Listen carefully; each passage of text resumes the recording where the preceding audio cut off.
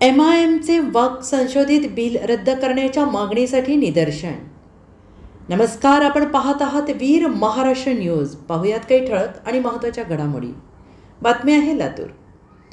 All India Majlis ए इत्तेहादुल मुस्लिमीन जिल्हा लातूर पक्षाच्या वतीनं वक्फ संशोधन बिल 2025 रद्द करण्याच्या मागणीसाठी मस्जिद रोडवर आंदोलन करण्यात आले।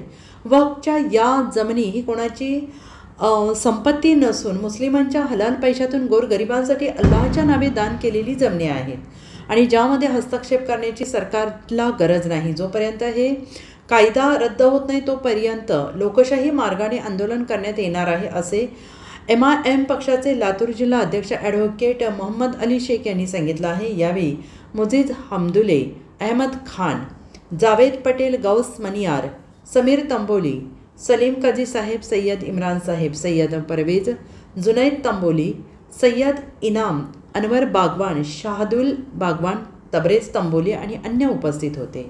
अशाच नवनवीन बातम्यांसाठी पाहत रहा वीर महाराष्ट्र न्यूज। लाईक करा, कमेंट करा, आपली मतं कमेंट बॉक्समध्ये नक्की कळवा।